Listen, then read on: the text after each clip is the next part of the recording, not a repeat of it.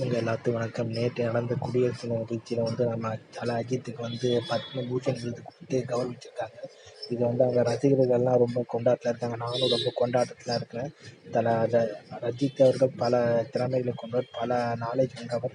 அவருக்கு இந்த விருதுன்றது ஒரு கொடுக்கப்படக்கூடிய விருதாகும். ஸோ இதில் அரசியல் நோக்கம் இருக்குன்னு சில பேர் கூறியிருந்தாங்க. இந்த விருதுக்கு உரிய தகுதியானவர் அஜித்ன்றது எந்த மாற்று கருத்தும் கிடையாது. நான் சொல்லுவேன். ஏன்னா கஷ்டப்பட்டு வந்தவர், கஷ்டம்னா என்னன்னு தெரியும், பிறகு கைகூப்பி உதவக்கூடிய மனது கொண்டவர் அஜித் அவர்கள்.